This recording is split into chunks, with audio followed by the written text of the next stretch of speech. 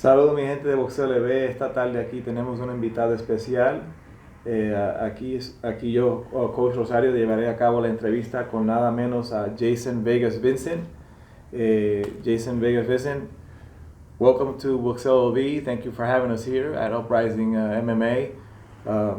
Jaison, tell us about a little bit for our Boxeo LB audience of where you come from and who you are.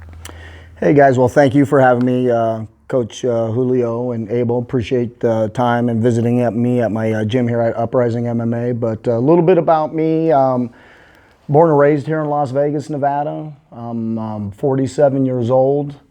I got into sports, playing sports, soccer, football, baseball as a young age, a young man, 4 years old, and played it all the way through high school. Married my high school sweetheart here. We went to Western High School out here. Been with my wife for 31 years and married 21, together 31. Got two beautiful kids. My son Diego, 17 years old. Finally got him working at Del Taco, thank God. He's earning a paycheck now. And I got my daughter Mia. She's the love of our life. She's the boss of the house. She's 9 years old. But after high school, I was in the Navy for a couple of years. I was in the United States Navy, traveled around the world, had a great time. I do it a million times over. And from there, I sold cars and trucks and real estate for about 5 years. And then since then, I've been a bartender at Caesar's Palace. I'm currently out at the swimming pool, bartender. I've been at Caesar's Palace 23 years. As far as my martial arts and boxing and combative sports career, I started training at 30 years old. I'll be 48 this year. So I'm 17, almost 18 years of training.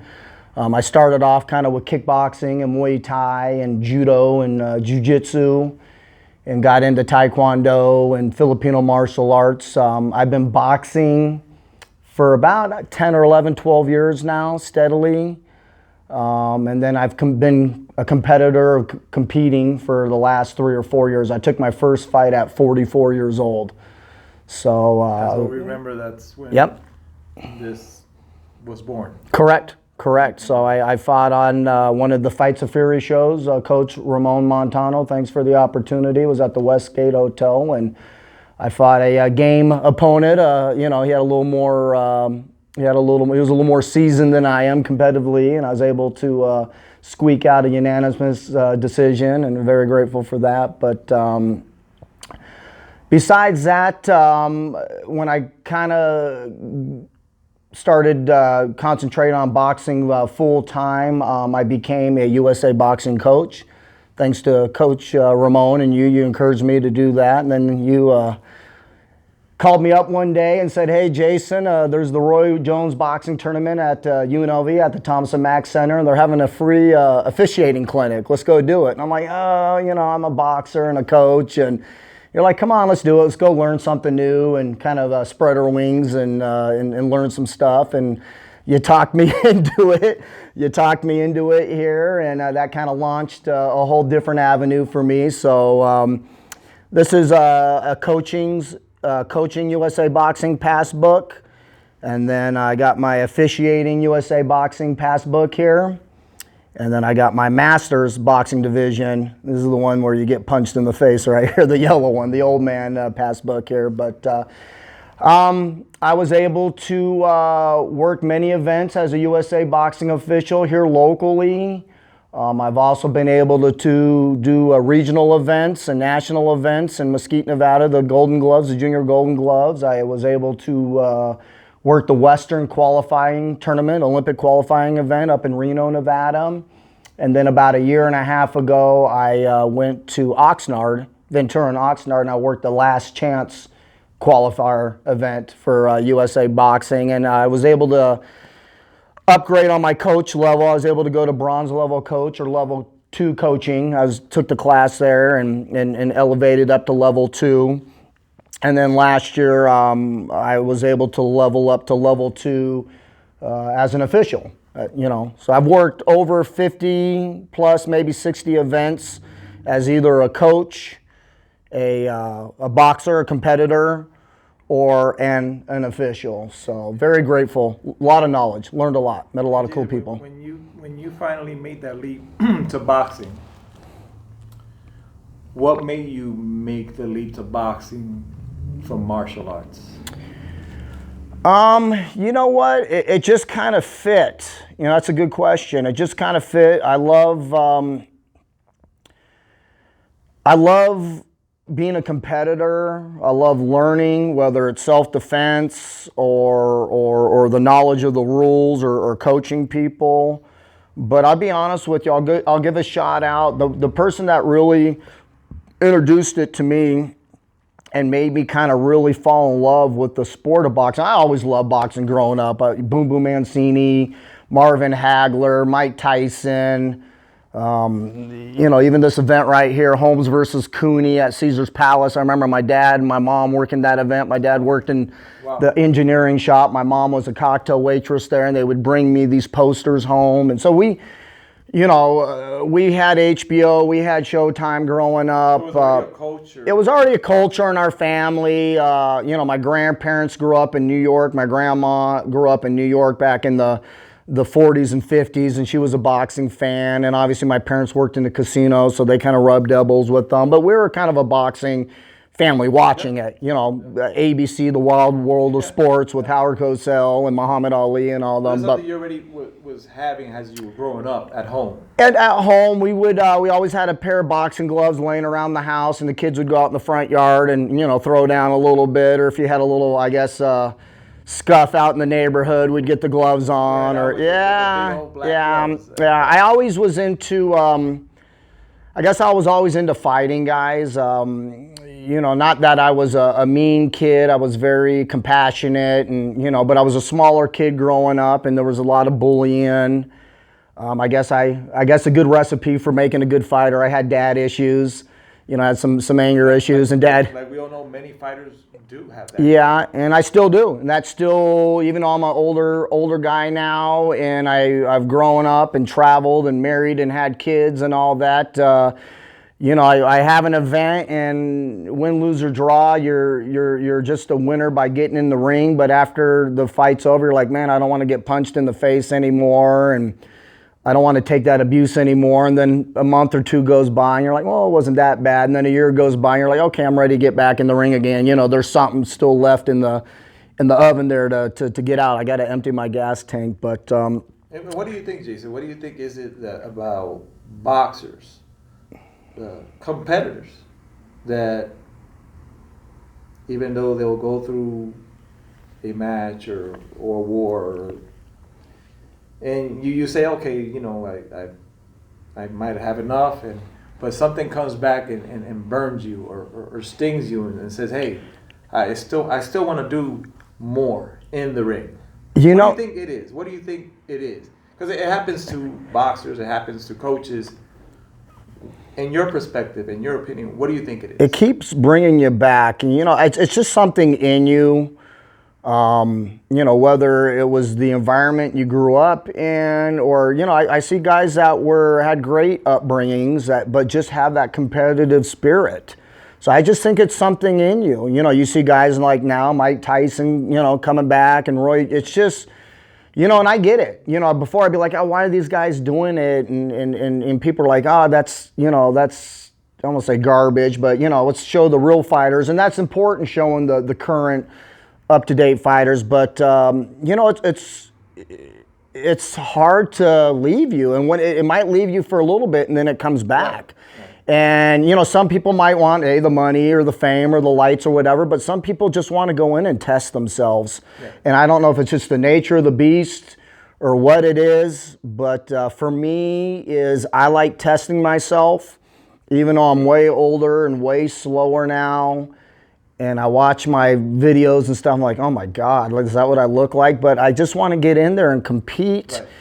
And after I compete with the person, I want to go have a beer with them, or, you know, you kind of become friends and all that. But, you know, it takes a lot to walk through these ropes right here. And people don't realize, you know, you're a winner by already coming in, whether you're hitting mitts, or you're sparring, or you're actually getting up in front of a few hundred or a few thousand people like I did, and putting yourself on the line. You know, there's nowhere to hide.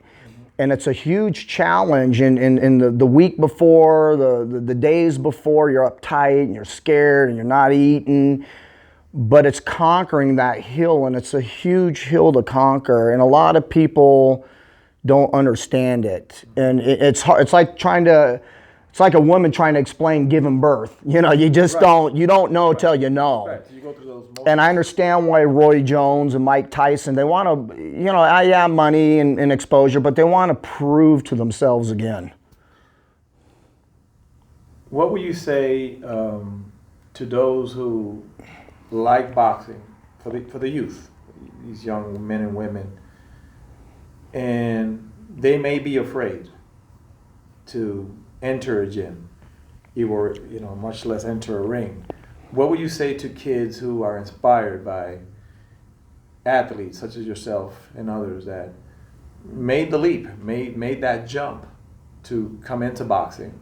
What would you say to those young and women out there who are kind of doubt themselves? Yeah. You know, because there's a lot of that. You know, there's people who they doubt. They just doubt themselves, not so much the sport themselves. Are they able to do so? What will you advise those young men and women? Come in, challenge yourself.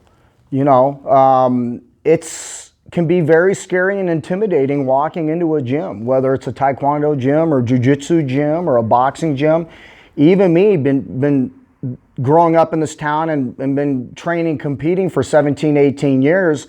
Even sometimes when I walk into a new gym, whether I'm going to practice refereeing or maybe I'm checking out a new gym to train at, it can still be a little bit nerve-wracking. But we have to overcome that. And boxing and combative sports and martial arts, but boxing in general, teaches you life skills that you have to use daily in your life. And that's to overcome your weaknesses, to overcome being scared or nervous, bullying or getting into shape, get fitness. You know, these are cornerstone things in society today that we all have to overcome as an adult. You know, whether you're going into the military or you're going to college or getting a job out in the workforce, you know, life is not easy at times.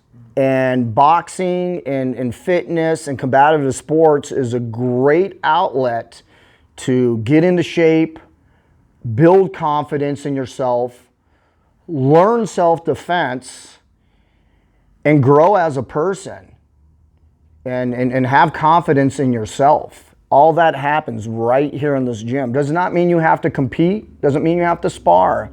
Come in. You owe it to yourself to come in and find a gym and train. And if you walk into the first gym and you train a little bit and you're not comfortable, that's okay. Or it's not your cup of tea, go find another gym till you find the right coach, till you find the right mentor, till you find the right club owner or training partners. Yeah. And that's what I would say. Don't give up on yourself. Try it. And if it doesn't work the first time, keep trying till you find the right fit, because there is a right fit out there for you. That's awesome, man. That's great advice, Jaison. Jaison, let's touch a little bit about the officiating part of your boxing career. What have you been able to grab from being an official? What have you learned from being an official? Obviously, there's a lot of education on being an official, a lot of education that a lot kind of don't see. I'm an official myself, and it was an eye opener when we became officials. What can you tell our audience on Boxeo V of becoming an official and what it has done for Jaison Vincent? First of all, each one of these avenues or lanes, there's so much knowledge and detail that goes into them. You can be a coach, but you really might not know what it is to actually get in the ring and be a boxer. You can be a boxer and not really know what it understands to coach people and mentor, or vice versa. And being an official, you might not know everything. So first of all, as an official, is the rules. You know, the USA Boxing rule book, the R&J manual, which means the ref and judge manual, and then the USA Boxing rule books. Reading through all that, but that aside, that's very important. But the most important thing is actually working events. That's your on the job training there. That's where you're getting your skills. That's where you're getting the teamwork, the camaraderie. You're learning the rules. You're meeting the coaches. You're meeting the boxers. You're working the weigh-ins.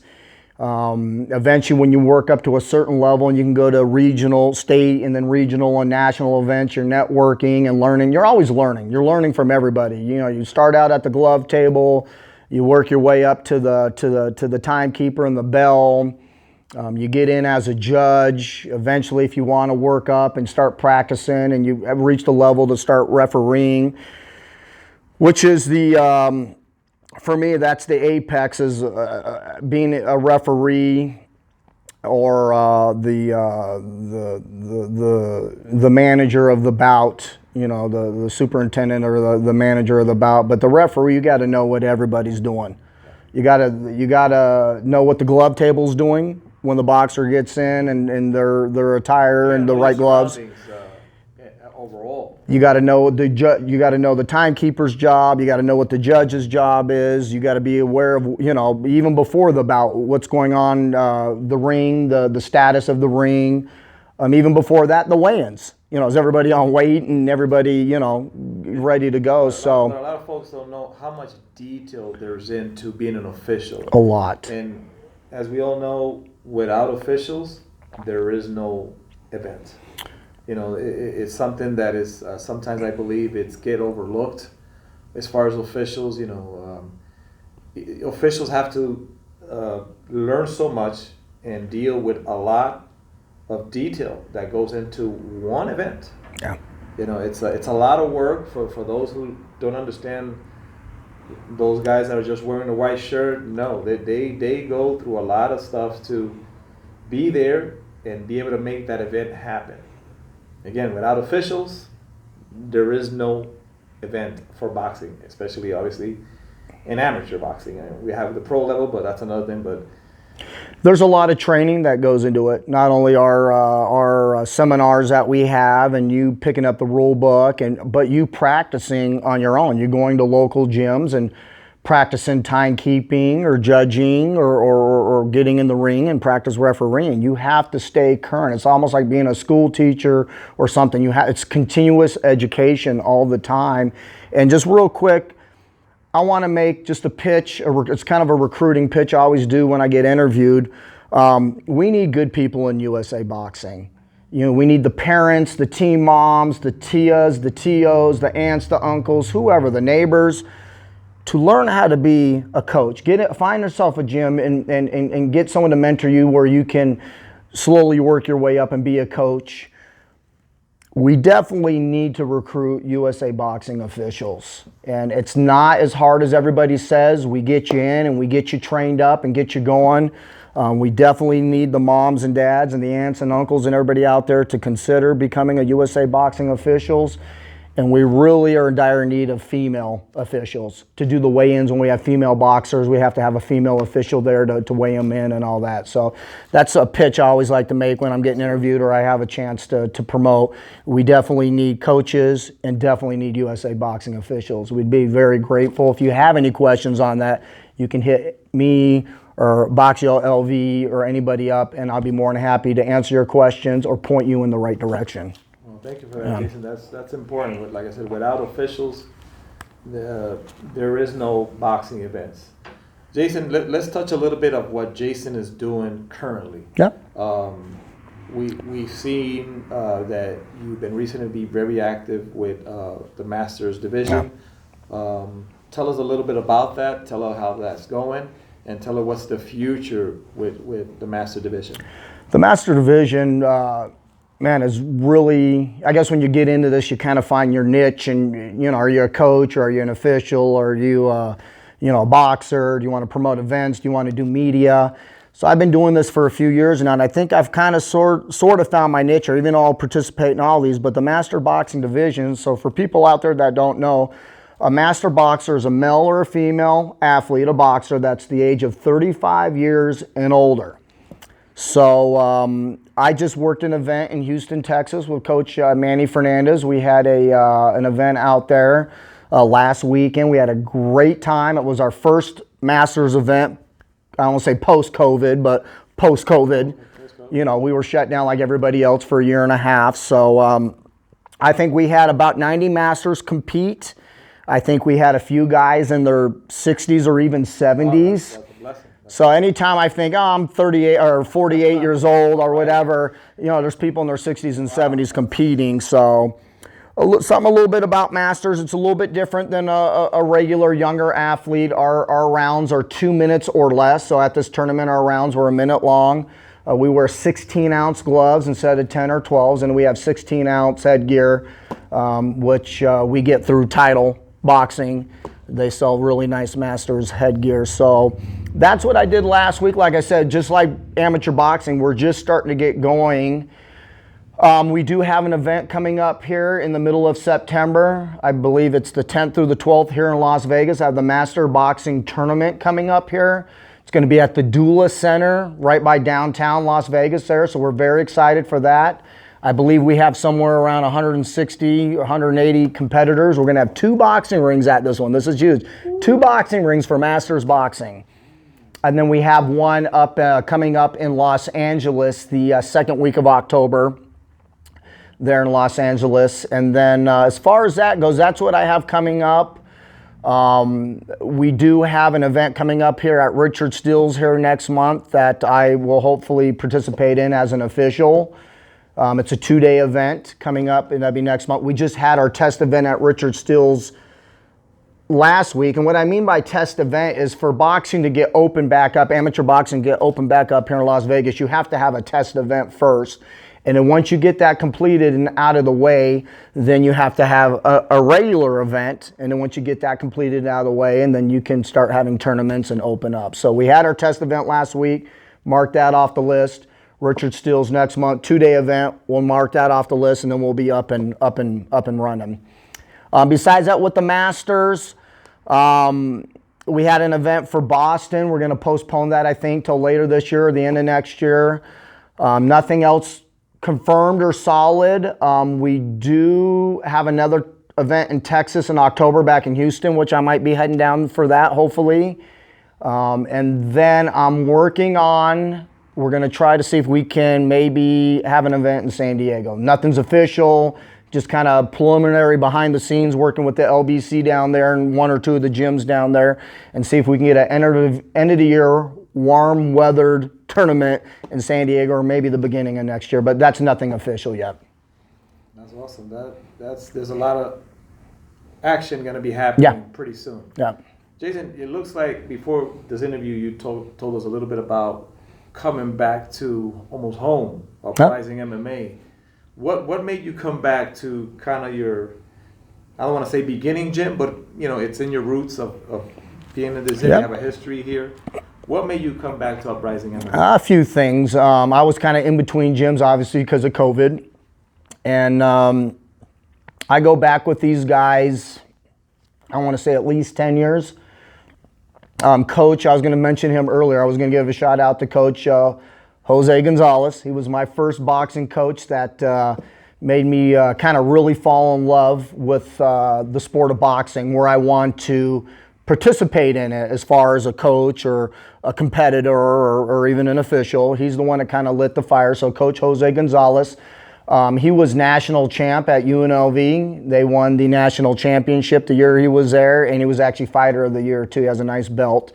Skipper Kelp and I believe Coach Franklin were the coaches down there. Skipper Kelp that owns Fight Capital here. But Coach Josh Trejo, who's my coach now, was a training partner of mine. He was actually even kind of an assistant judo and jiu-jitsu coach for my son at a gym called XL. That was my second gym. My first gym was with Roy Nelson. My second gym was XL. I was with them for many, many, many years.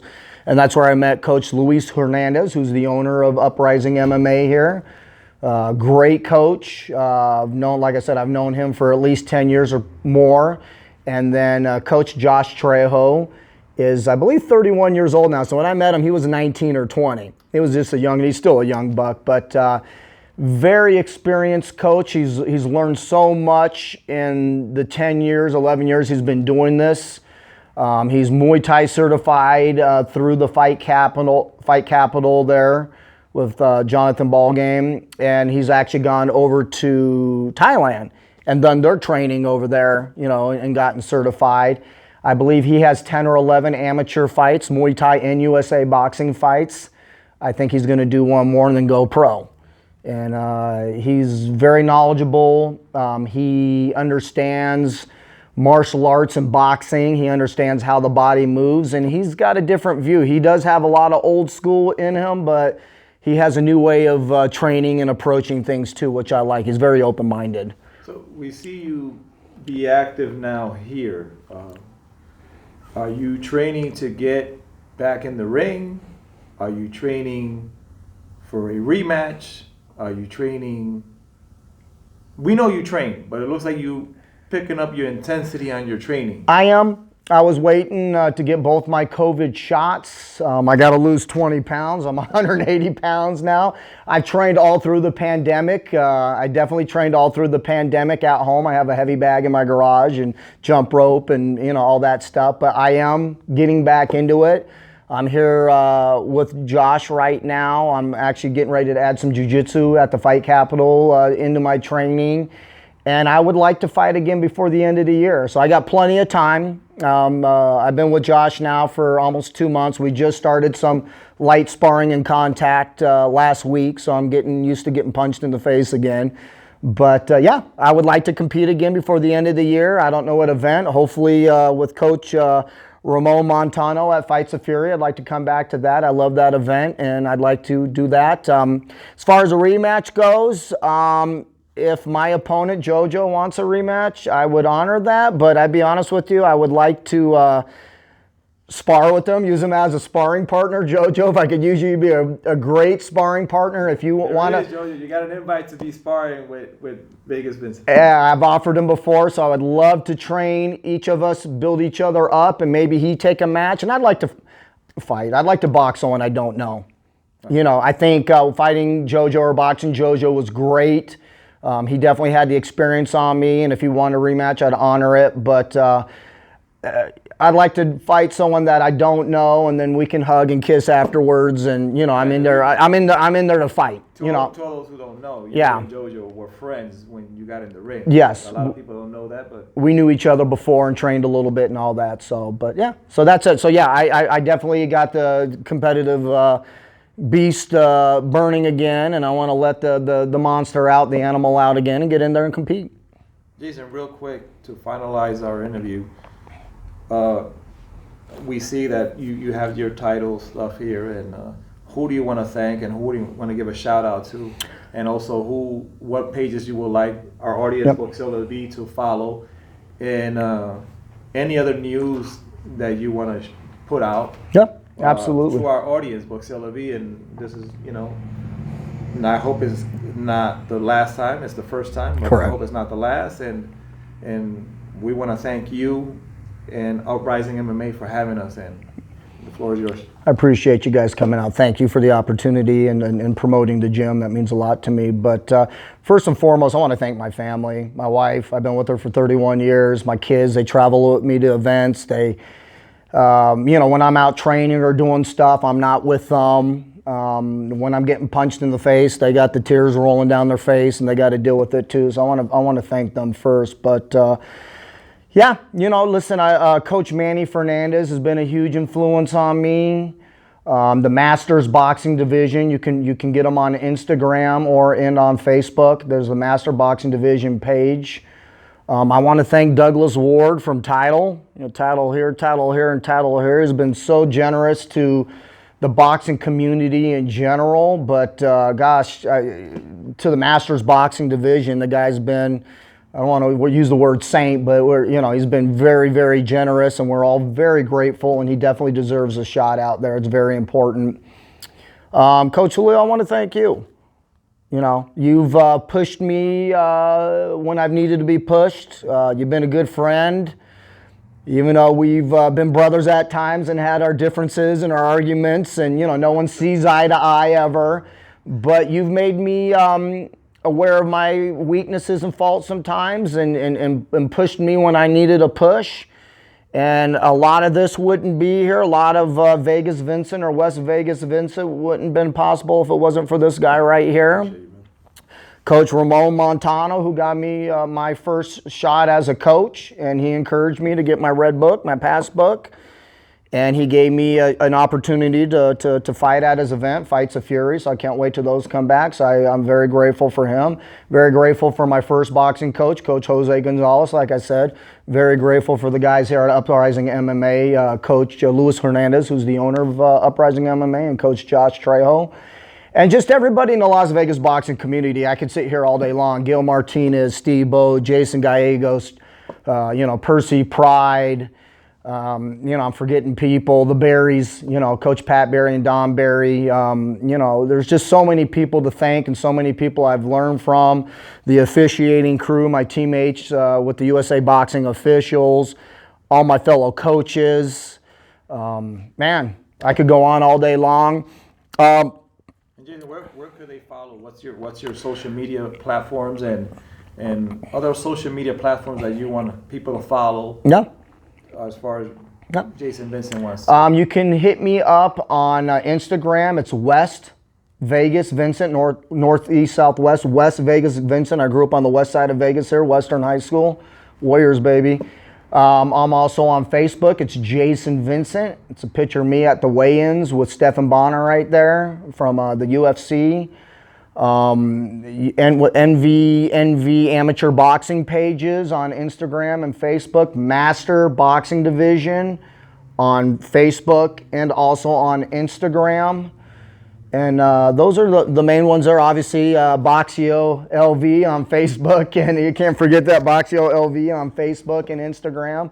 Very grateful for you guys. I've worked with Abel in the past at some local events. I think we've been working together 2 years, 3 years now. Does Manny have an Instagram himself, Manny Fernandez? It's Starving Artist. Starving Artist, that's his personal page, but you can get with him at the Masters Boxing Division page on Instagram and also on Facebook, or Manny Fernandez on Facebook. Well, Jaison, we want to thank you for having us here at Uprising MMA, your home, and we hope to see you again, and appreciate you for having us. Appreciate you guys. One more, Uprising MMA on Instagram and also on Facebook. Uprising MMA. Thank you guys. They got all this beautiful artwork here. Very grateful. Thank you, Boxeo LV. We'll see you next time again with Vegas Vincent.